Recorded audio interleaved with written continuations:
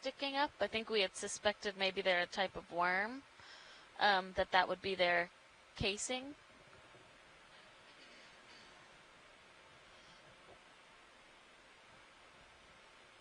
So pretty much it for the ship move, yeah? Cool. Yes.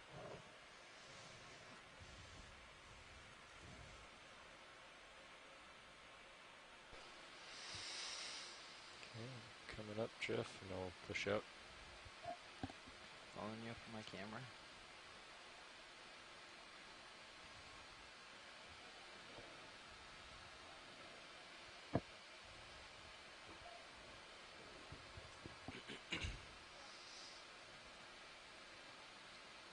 Wow, this is a pretty steep slope here. Yeah. See some of those squid again. We saw a different octopus while you were away. Oh, really? One of those, I think it was There we go. the genus, I can't remember now, but a warty octopus. Oh, Turn my head a little so you nice. can go It was, up there. yeah, quite a bit bigger. Granola down. There, thank you. Got a There's some couple of fish there too, yeah.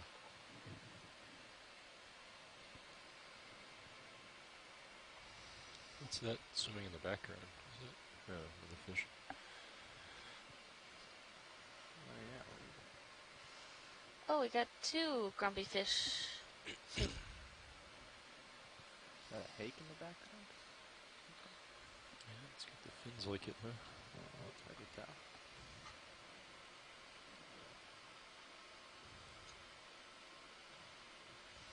Okay. It's good radio reception for one of them. Let's go along. I'm on it. Kind of on it. Alright, video, you can zoom in.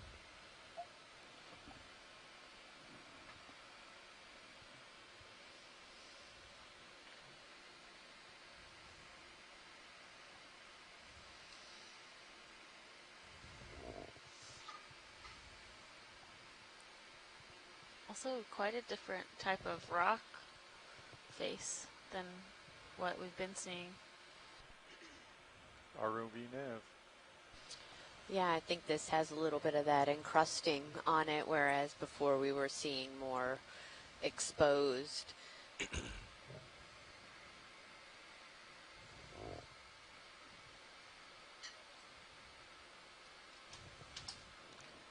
appreciate that. Thank you. Copy. Pilots, did you? Okay. I copied, yeah.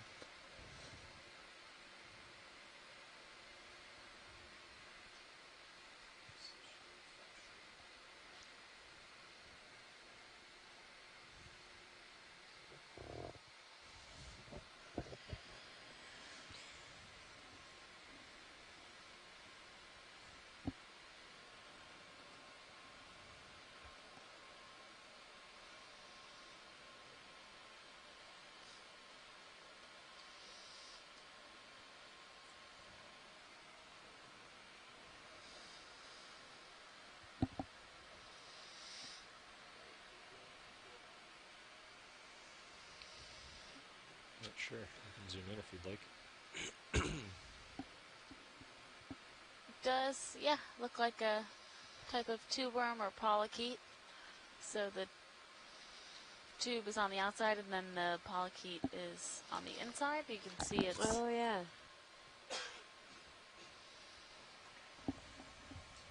Alright, let's come out video. It's little feeders. Yeah. You can zoom past the skid whenever you'd like.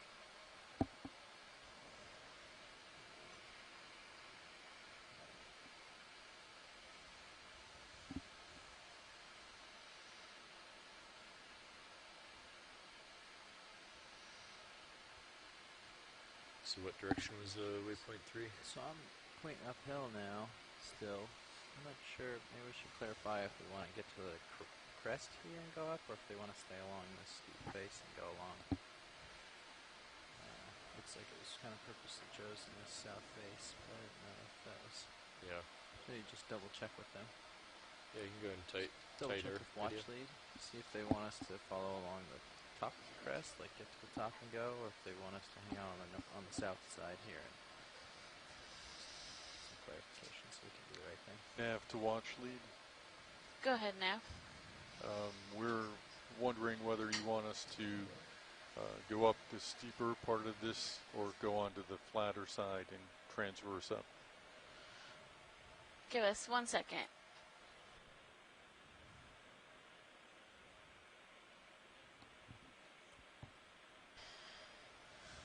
Nav, this is Watch 1.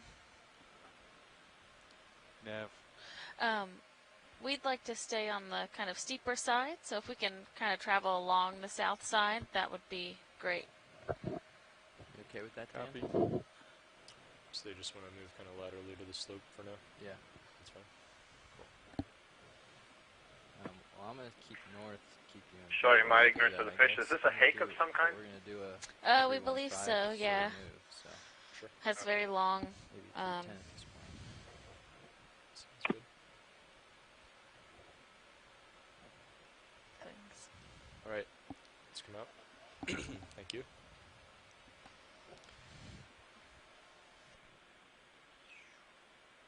Fighter planes. Yeah. I think we're okay with that. Ready for that 315 Yep. or 310 move. Whatever's good for the target. Looks like 310 now, right? After that last move.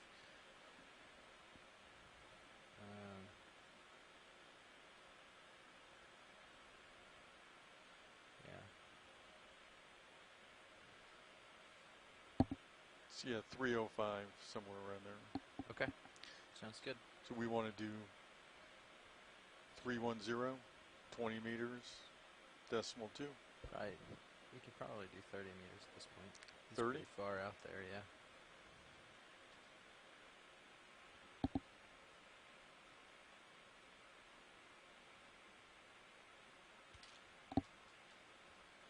Just getting to the end of your leash. Bridge ROV nav.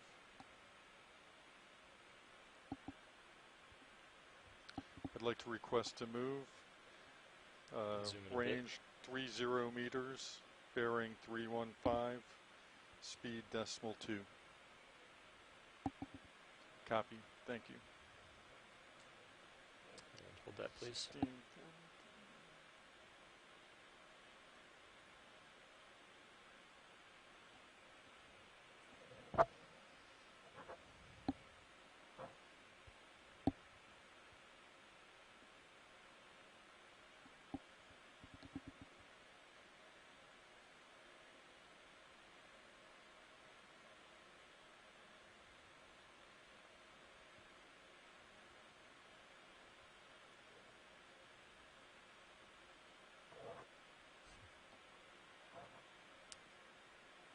So we need fish. Huh?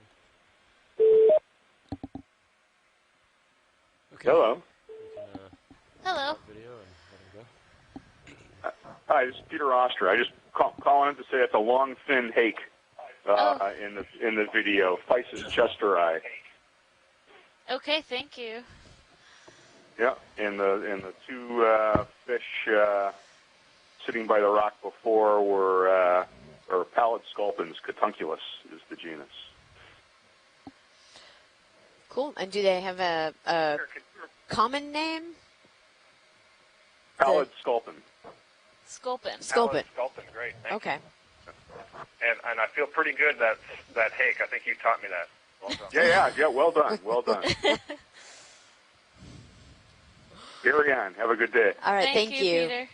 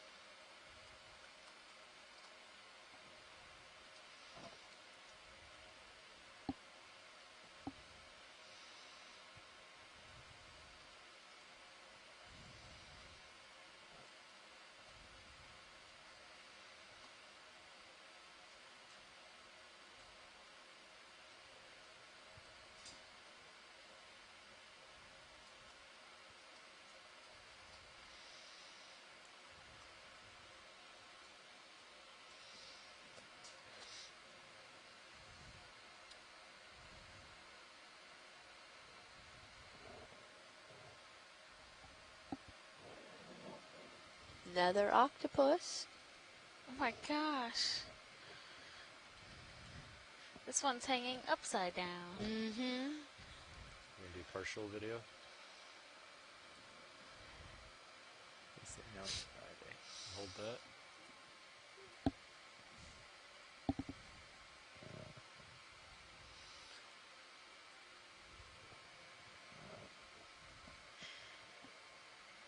Now this does look like another I'm gonna try the bathy forward lights. polypus, Mm-hmm. right? Headlights. Yeah.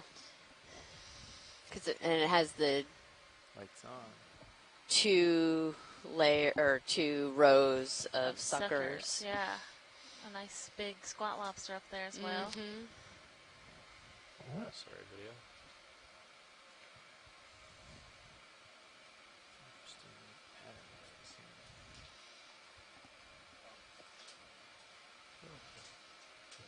Go ahead, video. Oh. Hold that.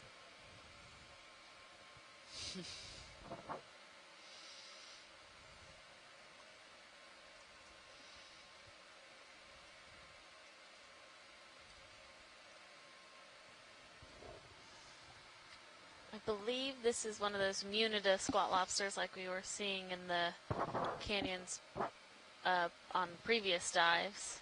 Do you want to change that? Okay. And, zoom out when you're clear, video.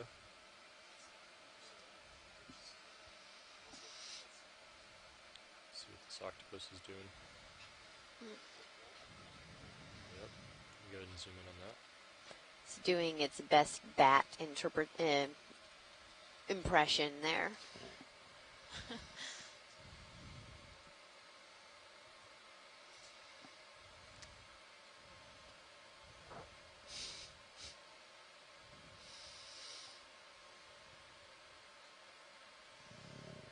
And we have seen this same type of octopus on soft sediment today, and now kind of crawling along this harder substrate. And I know that Mike Vecchione has a intern that is working on the video that we're collecting to characterize their behavioral patterns, as well as work on, I think, some modeling for where the species might occur.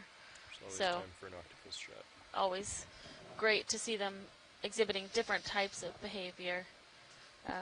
Doing a To- bunch of acrobatics Yeah, here. yeah.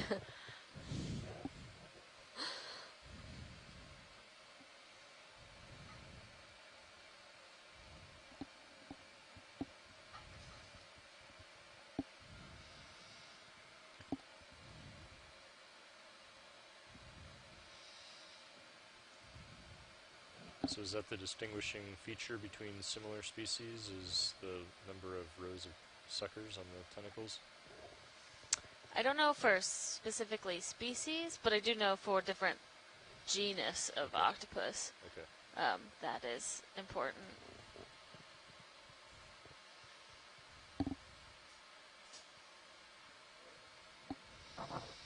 We can get a few more seconds video, and then we'll move on.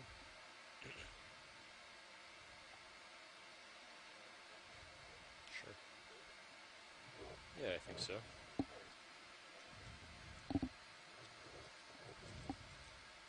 I'm about 90 degrees off our ship track. Okay. Get straightened out here. Is the ship still moving, or is it stopped? The ship's still moving. Copy. We'll move on. We'll get the headlights off. Thanks.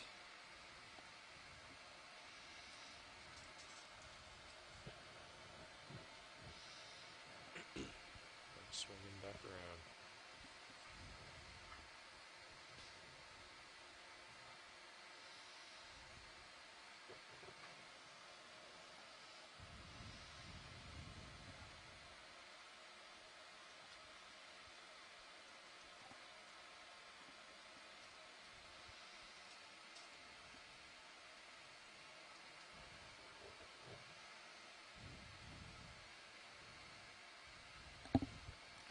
Copy.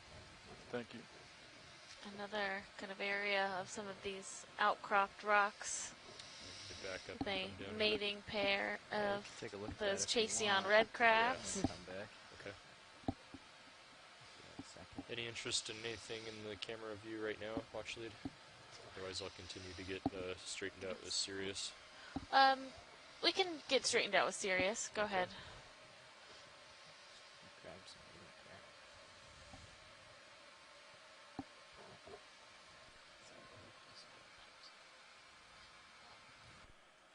Yet another. Is that another octopus? Yeah. It is another octopus. That's cool. I Is that definitely have in never water column? experienced You wanna this zoom in? many octopus in What's one that in dive. the water? What is that? Yeah. Up.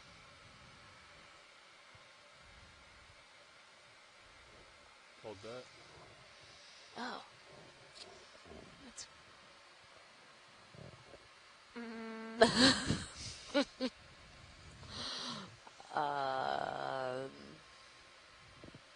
Is that a part of a Oh, fish? that is part of a fish. Okay. Interesting. But is that the How do you know? head of a I don't know. gulper eel? Do you see the jaw lined? Oh. Yeah. Well, Interesting. Yeah. Interesting. Well, we can zoom in on the octopus. Let's come out video.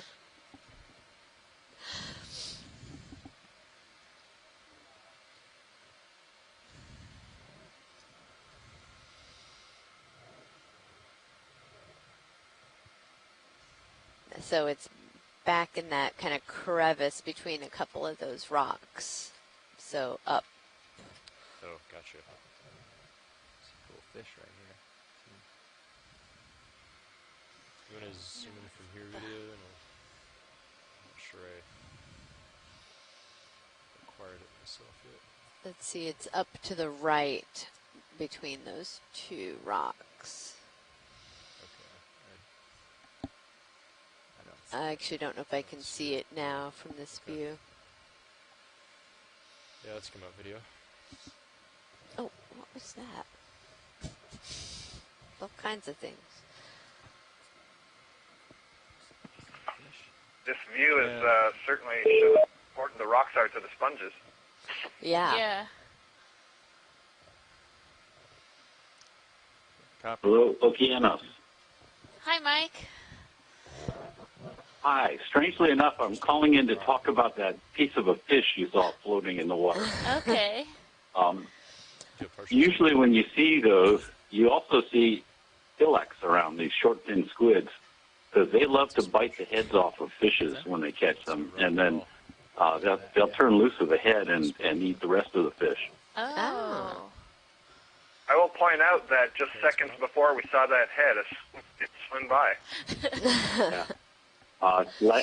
Last year we were diving not too far from there, I think, but we kept seeing myctophid heads on the bottom, and some of them were still, the mouths were opening and closing, even though the head was detached from the rest of the fish. And we were in a really dense aggregation of ilex that were feeding on a dense aggregation of myctophids. But it's not unusual to see pieces of fishes floating around, and it's because of the ilex feeding on them. Okay. Okay. And one has just swum into view as you're talking. Right. Yes. We've been seeing them. They have been with us all dive, so likely lots of. Yeah, you might recall that when we first saw the ilex a couple of days ago, I said as you go farther north, you're going to see more and more of them. You know, sometimes you'll see schools of hundreds or even thousands of them. So Yeah. they're very abundant commercial species, and they're also really important in the food web. I'm still at 90 degrees. Not to detract from the fish heads and squid, but I can't resist pointing out when you were just focused on the bottom there before how dense those white arm-like structures that are poking out of the bottom. We're wondering if they're worms or worm tubes or ophiuroid arms or whatever they are. But right in this particular area, they're especially dense. Yeah. Yeah, and this over to the right above this little ledge as well. Yeah, we can just take a zoom. If we can take a zoom where all the white, like filaments are on the seafloor. In this view here? Yeah, just like, yeah, they're everywhere. So I think any view. It's going in on those two there.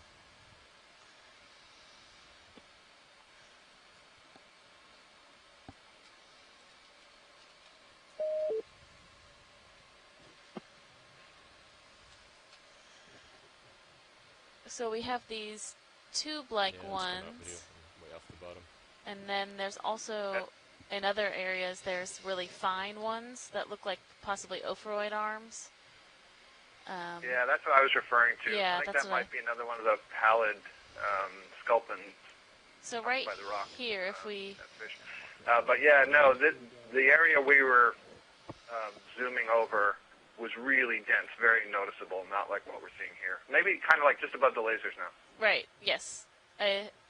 Yeah, understood, Scott. So right in these, we have these patches of really fine, what I believe are ophiroid arms coming out of the sediment, and there do seem to be just like areas where you see patches of this type of density, but that we're not seeing quite everywhere, but quite often throughout this dive.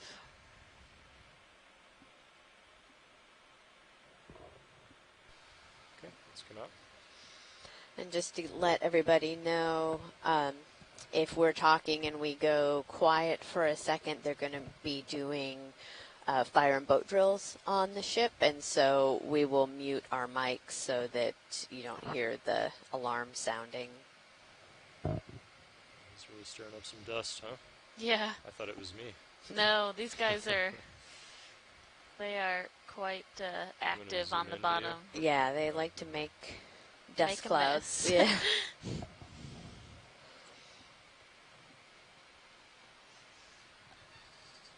And as Mike said earlier, they saw last year, and we just saw one now.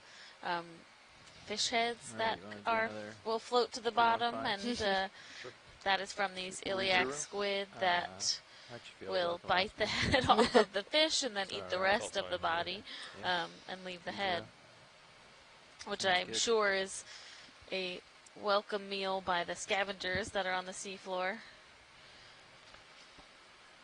Bridge ROV nav. I'd like to request a move. 30 meters, bearing 315, speed .2. Seeing several of Copy, these thank you. kind of fly trap I didn't type catch anemones it. again. The watch leads know we crossed 400 meters.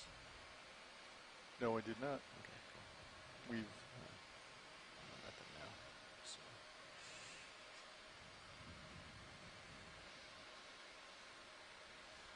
Looks like there's something in that burrow in the center, just above the lasers.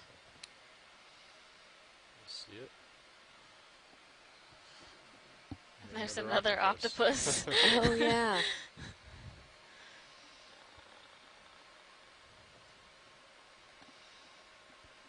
I don't know if I've ever seen so many octopus in one dive. I agree, Pilot. It Enough is. to where we don't sit down and zoom in on every single Yeah, we're not like, oh, octopus! Yeah. Yeah, That's zoom the in one on this.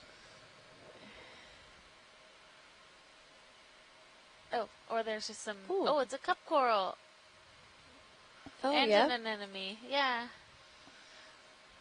So and a sponge. So And a lots. squat lobster. Or, no, that's a shrimp. Oh, there's a big Also, scale that purple worm. thing, is that a Entropneus worm or a Yeah. worm? Yeah.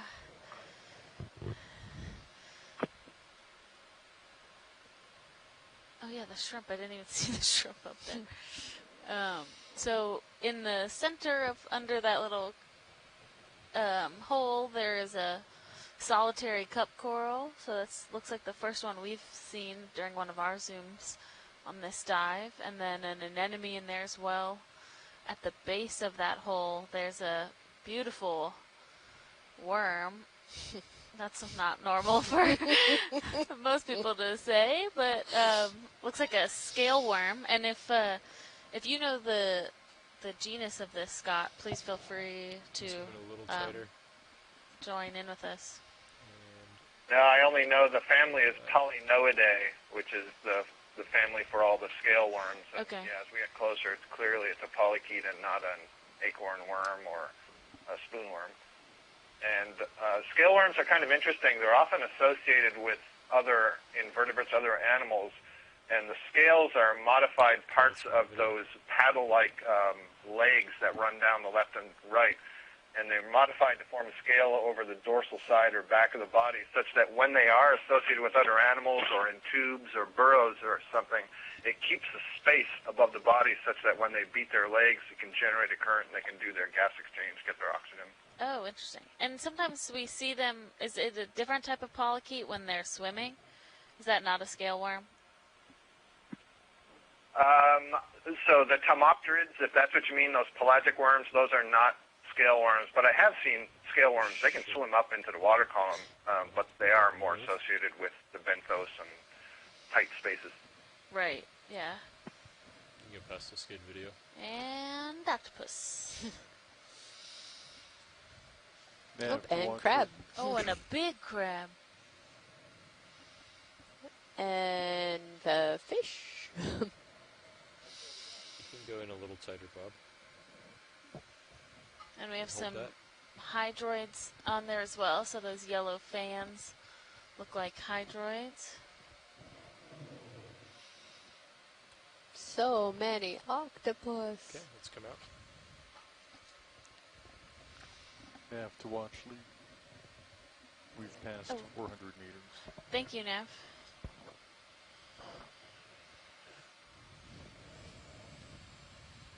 Yeah, a bunch of these sculpin.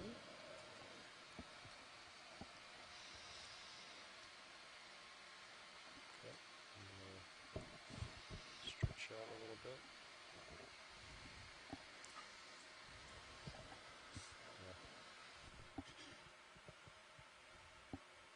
Looks like some more of those hydroids as we're passing.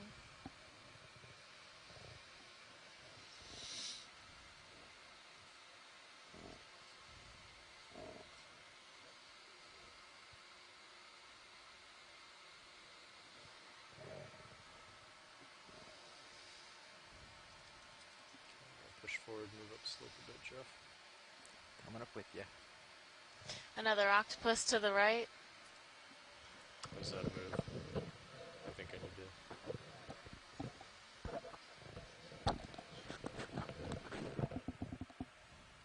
How's that?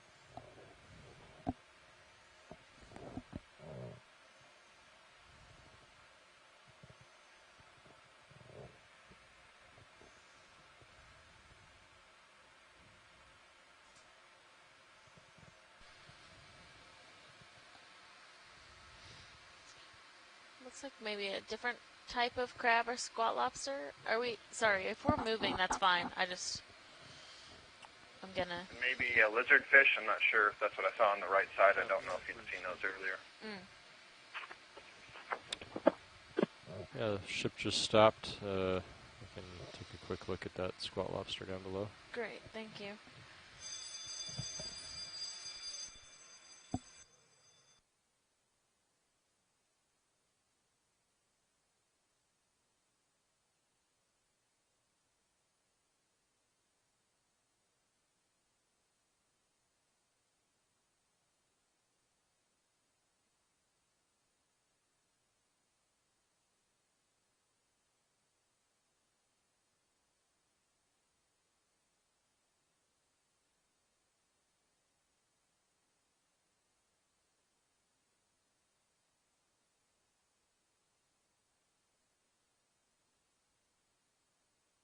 Okay, let's come out.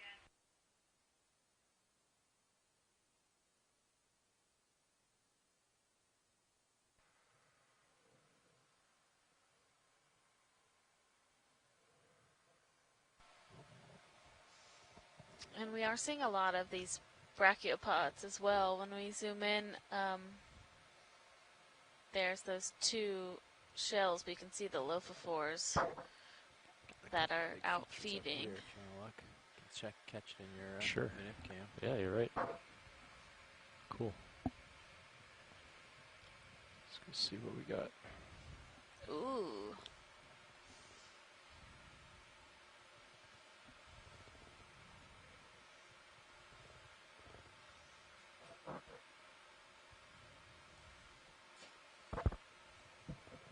Loose rocks. You were saying earlier how many octopus there are. It reminds me of some dives that we did up further north in the Turn your head canyon, a bit to off of starboard, maybe hang out here for a bit. Massachusetts and New York, Absolutely. basically. Coming around. And octopus are really common in those canyons as well. Yeah. And it's why I asked earlier if Mike Vecchione thought perhaps one of those octopus we saw was sitting on eggs, because when we saw them in the canyons, a lot of them were tucked underneath ledges and were sitting on eggs. So it's really interesting to see in these sorts of habitats some of the differences, compared to when we were on Ophelia or on the flat mud. Yeah, that is really interesting to note. And I was just Got a whole thinking, field we over can Yeah. we could rename this Octopus Canyon.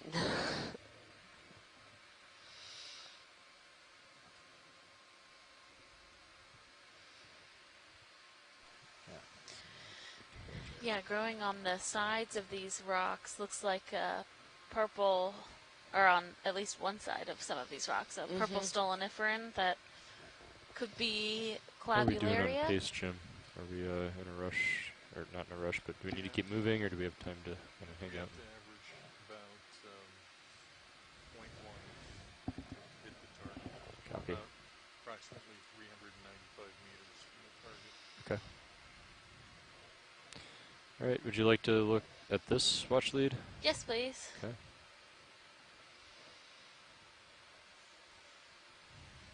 A lot of them lining that rock. That's cool. Yeah, these are pretty large rock features. Sorry, shouldn't be yawning. It's just so One peaceful. neat observation here is we're looking at this. I agree with you, Alexis, probably clavularia or some form of stoloniferous octocoral. But note how it and all the sponges are on the sides and the lower part of the rock and not on the top where all the sediment is accumulating. So they have a better chance at surviving once the larvae settle and grow, All right, where Bob, the sediments zoom can't pile up on them. Right. Yeah, that's a really important note there, Scott, that, all of these sessile benthic organisms really need to have that hard substrate that's not going to get covered in sediment to be able to attach to. And so, as you noted before, all of these flat rock surfaces are also covered with a bunch of these encrusting sponges as well.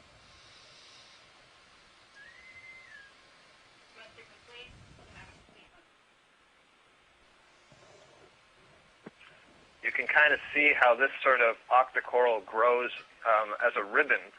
So there's this thin ribbon called a stolon, which is why we call them stoloniferous octocorals, that grows along the rock and then occasionally puts up individual polyps. And all those polyps are connected to one another, so they're sharing a common stomach, or gastrovascular cavity is the technical term in these octocorals. And I noted, they can retract, and I noted to the right there was a small purple blob where you didn't see these polyps extended. That is the body wall with those tentacles on the end. The mouth would be in that ring of tentacles. And it's an interesting contrast to see. They just look like this little wad of gum when they're fully retracted. And here they're basically in their extended feeding form. So as we pull out, if we just look to the right, Come out a bit. might be fun to see that. But there you can clearly see that linear ribbon in the center there going up the rock, and individual polyps extending from it. So these are all octocorals. They're related to the colonies that we've been seeing. For example, those yellow acanthogorgia earlier, but they don't have an internal skeleton.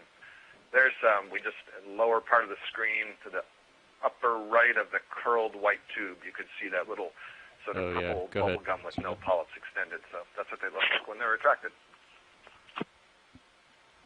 Yeah, thanks, Scott. Yeah, so you can see those little tube worms right there, and then just above them, there's a little lump with a couple polyps that are retracted, and you can see just how much they can pull their whole body wall in versus these ones that are fully extended. Also a real nice view here. You mentioned the polychaete worm, so you've got that curled comma-like white tube, and you can see a ring of tentacles sticking out there. So that's a polychaete worm, similar to that scale worm that we saw earlier, different family, but it's a worm, and there's a coral next to it, and they're both feeding in the same way. So they both have a morphology that is adapted, basically where they put out this net-like structure into the water column in order to capture all these particles that are flying by. So it's interesting the way evolution has had them converge on similar morphologies. Yeah, and just on the bottom, towards the bottom of the screen, there's a white little area. That's a cup coral as well. So if we could just take a zoom just below the crab to the right. It's on one of those like blocks. It's gonna be Yeah, kind of in crack. some of the crack. Yeah, in that crack.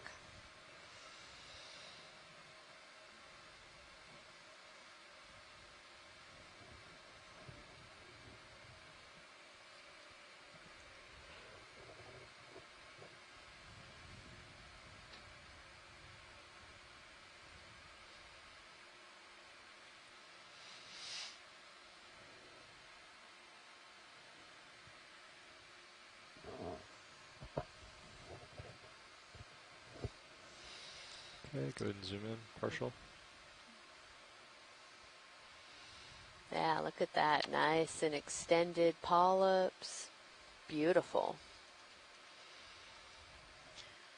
Okay, you can go in tighter. Yeah, so we haven't seen any of the colonial scleractinians.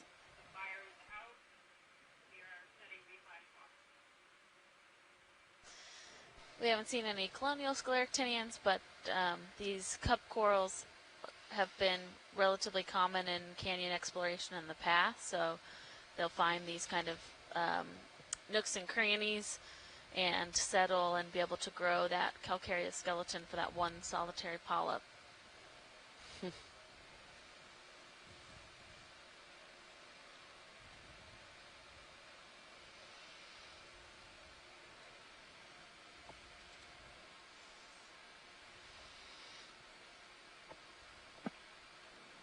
Have you already talked about the sort of studded tentacles?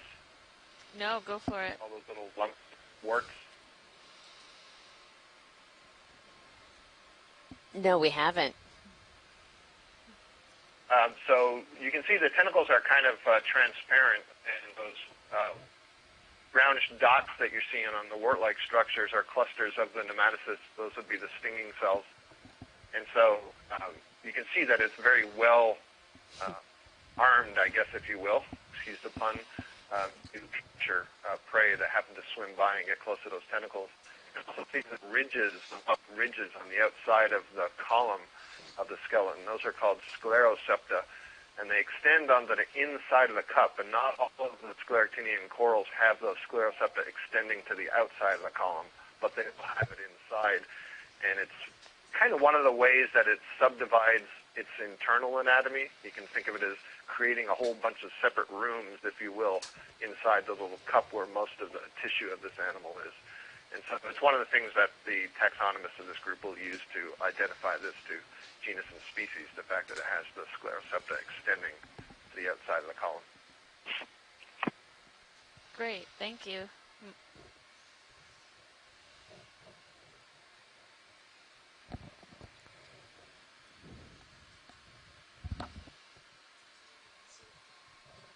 We're just doing a quick pilot swap, so they're getting themselves into new positions, and then we will go ahead and carry on. Okay, Bob. We're all set when you are. Thanks.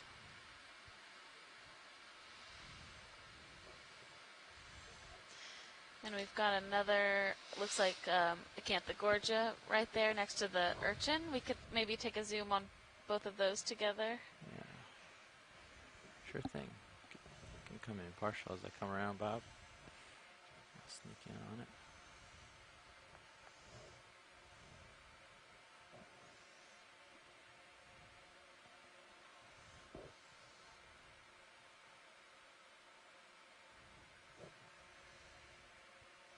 Okay, come on in.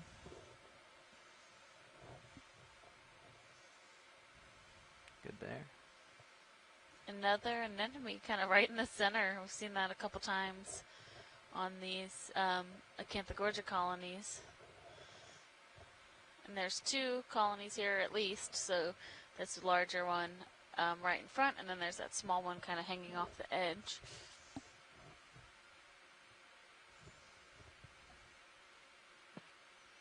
Kind of interesting to think about the reasons why the anemone might grow on the coral versus, directly on the substrate.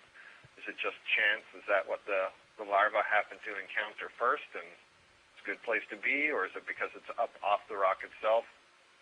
Maybe the presence of the coral growing there, had to be there for some period of time as an indication that, this is a pretty good place if this thing can live here. Yeah. Who knows what the cues are that the larvae are using?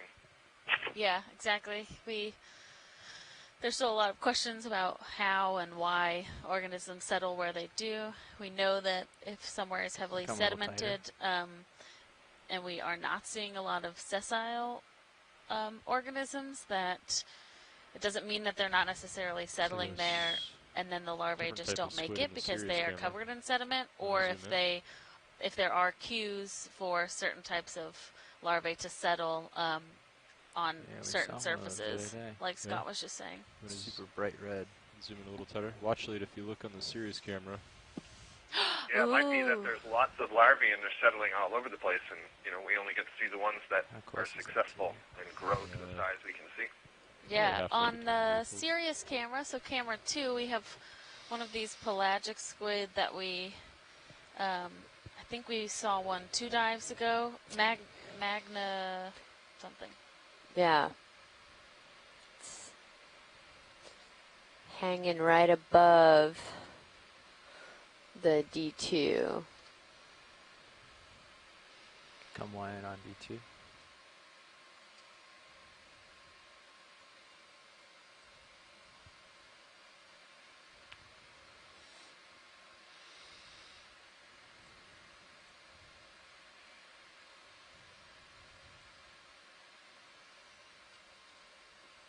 Come wide on Sirius. Thanks. Masticotethys magna is my best pronunciation.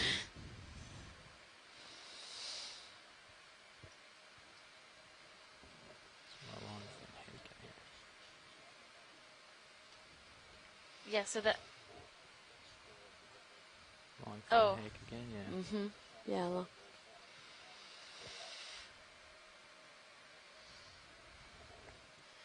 Yeah, so back to our rock pile here.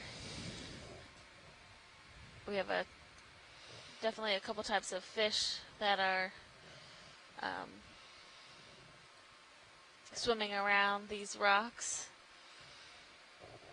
Yeah, I've seen 2 of the longfin hake. That's the one that's in the center, and there's another one in the upper left. I'm not sure that white one on the right is something. That might be something different. Okay. The one on the rock?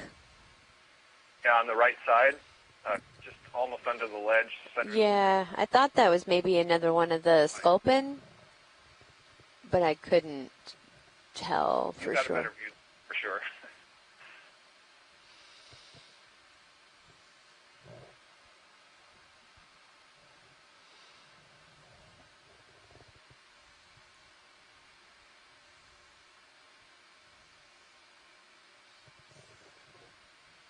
Come in partial.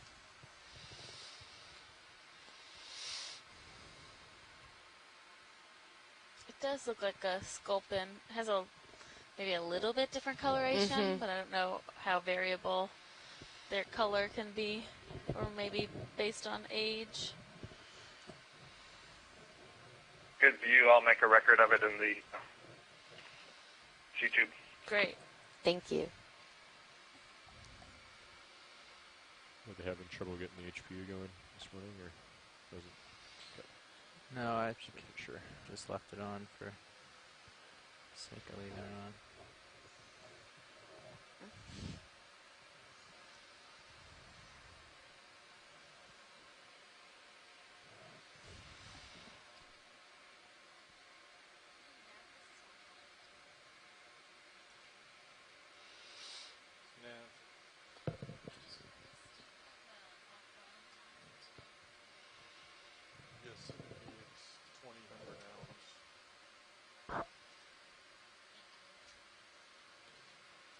another second or two here, and then Probably- mosey along. Yeah, I should probably get a move in. I think Jim's ready.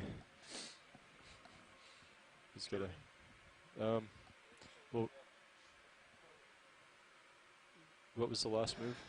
We put in 30 meters at what bearing again? I think I see 315? what. Yeah, video is pointing out. There's one of those skeleton shrimp. Oh, I think we're just hanging on. It just kind of waves. We won't put it in yet, but I think we'll do the same thing Come in a little tighter video. once he's done with this and starts Oh, moving to or the this port. thing that's literally crawling. It's like a inchworm. It's all the tilt down I have. I'm assuming a type of maybe isopod. No, it's an amphipod, actually. Okay. Really specialized group of amphipods. And they've got, obviously, very reduced limbs compared to your typical amphipod. But the back end there, the legs are kind of backwards hooked, so they can really grasp on well Maybe to get a little more out of it now. whatever it is they're clinging to. They're very often found on, hydroid colonies, corals, rocks. You can find them in shallow water. Oh, but And that they looks. extend off into the water column like that to reach out and grab their food. It's so cool to see it like walking. Walk. Yeah. Yeah, we don't usually see that. We see them, sort of dipping but not moving. Yeah. Really alien look. Yes, they are. And they're Some so of these small. are known to have extended parental care. So I mentioned this before, but amphipods, isopods, mysids, there are some others. They're all part of the crustacean group called the Paracarida, and they all have specialized structures to brood their embryos. So they hang on to the embryos until they hatch. And these ones in particular, there are some species known from down in Chile and I think off Maine that have extended parental care such that after the young have hatched and they're feeding and so on, if there's danger or anything, the mother will sort of scoop them all back up and hang on to them. Okay, video, come on out. That's so cool. Scott, do you know how people studied that? Were they studied in a lab? How would... Yeah, there are shallow water ones as well. They're pretty common in shallow Okay. water. So yes, they were studied in a lab at the University of Maine, the Darling Marine Center, and I'm trying to remember. Right now, I can't remember the name of the person who did it, which is terrible. That's okay. Well, yeah. But Okay for us, not him. yeah, exactly. I was like, that's fine for us, but sorry for that person. But that's really cool. Those are so small. I just can't. It's amazing that we're able to see those with a Kind of, camera on once a you get vehicle stretched out that's in that direction, meters away off the from port. that. We'll put in another move. 30 meter 315. Yeah, sounds good. And, It's a lovely little 60 area of that degrees. stoloniferan clavularia growing. that right Gives now. beautiful color to this Yeah, area. Yeah. it's No, it pretty much really facing is. due north during the moves. Seemed to work pretty good for you. Copy. Come to due north. It'll be 45 off of that bearing. It should have the common name Royal Purple Octocoral if it doesn't. Yeah, it should. I think It's so striking when you see it, against this background. Come in partial.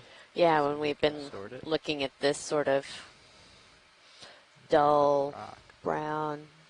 Could be right. Gotcha. Okay. Alright, come on back out. There's another Canthogorgia growing on there. There was a pink octocoral. Can we just zoom back into that? Yeah, the mushroom surface? coral, possibly, or whatever that is.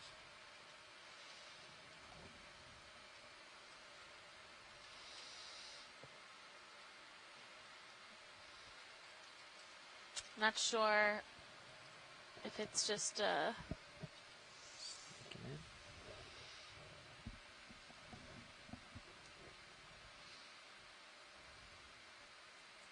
it doesn't look to have an anthomastus kind of mushroom look to it, but it could be young and there's only a couple polyps and it hasn't developed that yet. I'm not positive. It's definitely an octocoral, but whether it is a... Yeah, I'm with you, Alexis. I'm not sure I want to commit to something like Anthomastus or a very young Paragorgia. Oh. But I would guess, based on the size of those polyps relative to the calyx that they're coming out to, Anthomastus is probably a better guess. Yeah, it looks a little bit, those polyps look a little large to be a juvenile Paragorgia, but definitely, we can go with octocoral at least. That's great, thanks. Okay, video coming out. All those different encrusting sponges on there as well, so like Scott mentioned earlier, they're really utilizing the sides of these rocks that are not sedimented, whereas the surface of those rocks. Wow, this is really cool. They're such large sheets. Yeah. Go ahead and do it. Okay. You can call it in. This is... Sun looking due north.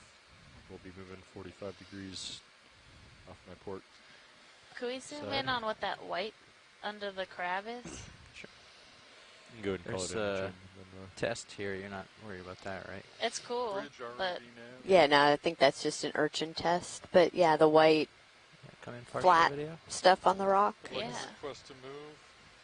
Range 30 meters. Are those eggs? Are those eggs? 315. Speed decimal 2. What are those? That sure looks like eggs. Good copy, thank you. But whose eggs is the question? Just put in that move, Jeff, just so you know. Okay. Can we just also look at the crab? I'd like to see what its behavior is.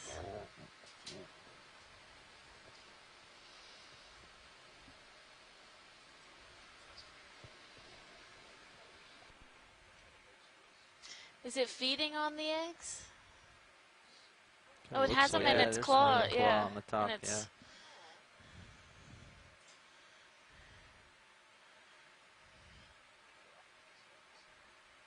Wow, lucky crab, I guess.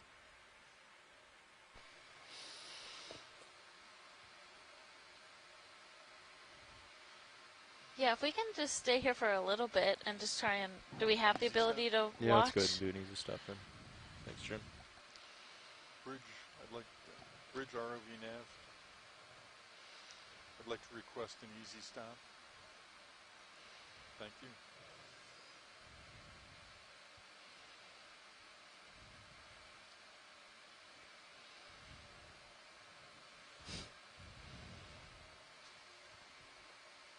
Alright, I'm gonna get a little closer, Bob, so I can get a little more light here. Oh, look at all of the little amphipods. Yeah, all underneath the crab.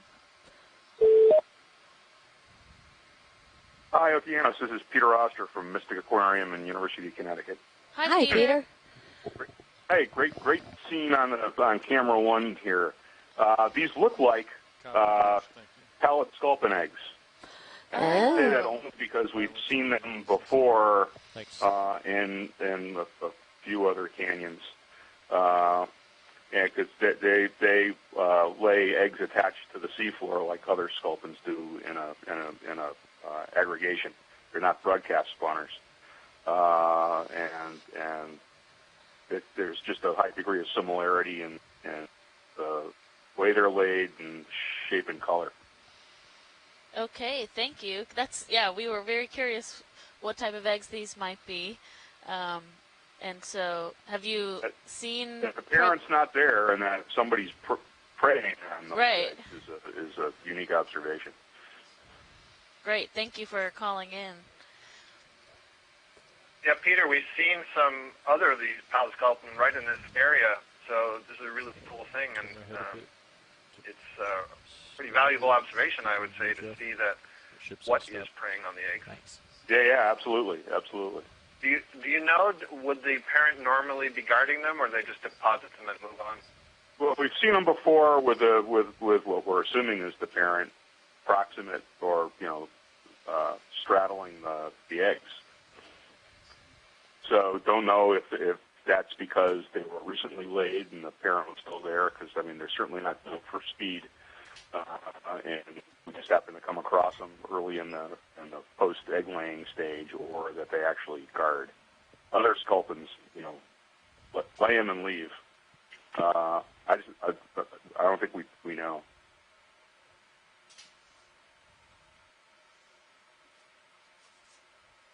Great. Well, I think this crab has come upon a buffet for itself, but hopefully some of these eggs get to grow into full-grown sculpins.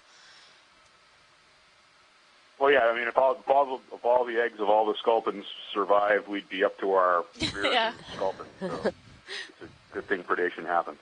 Right. That's right. It's fascinating to watch all the little synapobranchid eel just swim out on the left from under the ledge there. Yep. That's really fascinating to see all the little amphipods under, you know, crawling around underneath around the mouth of the crab also. For that video. Making sure that none of it goes to waste. Right. Just gonna land. Oh, there we go. Yeah, they're pretty brave little amphipods. You don't want to get too close to those parts. Yeah, you become food. Yeah. Flying off. Yeah, I think this crab is like... Oh, but that's an interesting association. I'm not, you know, something else that might be new. Yeah, I don't think I've ever seen that. Yeah. I mean, makes sense, you know, it's a sloppy feeder. Exactly. It'd be interesting to go back to video from other places and other times and see if they're there. That we just weren't paying attention. Stable. Yeah, and I mean, and they're hanging on to the mouth parts. You know, they're not just swimming there. They're all clutched on. Or to depth, I wasn't on earlier in the dive. How many other Chaseon? A good number. Yeah.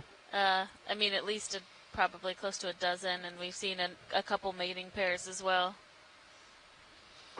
So it's possible to go back and look at earlier video and see if there's a point of view to see if amphipods are associated with those animals too. Yeah.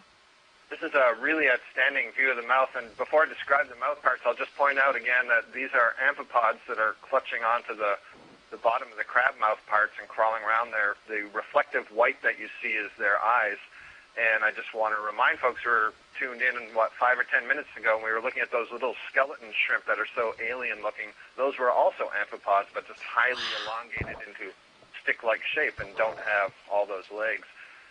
But you can see the crab mouth parts here. They're really quite complicated. And the ones that the amphipods are on are called maxillipeds. Those are actually modified walking legs. So if you compare them to other crustaceans, those would be used for walking. But they've become adapted for mouth parts and the decapods. And then there are, I think 3 or 4 other pairs of limbs or appendages between what you're seeing there, those orange structures, and the mouth itself, so they look kind of pinky here. And then the whitish ones that you see on the outside are the grinding and cutting mandibles. So they've got a lot of tools there that they can use to feed on those eggs and other things. Whoa! My goodness. Oh, wow. Bit off more than he did you, maybe. All right, I'm gonna sign off and keep watching. All right, thank you. Thanks, Peter. Let's just frame it. Yeah. Wow, this is so cool. Yeah. That's a big mouthful. Just get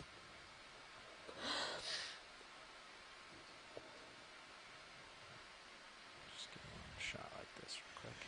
And it is really, this is a good example, too, of how these crabs are scavengers or they are opportunistic feeders, and that in previous years, last year, they saw them feeding on a brittle star, a different Chaseon feeding on a brittle star, and eating that whole brittle star, essentially.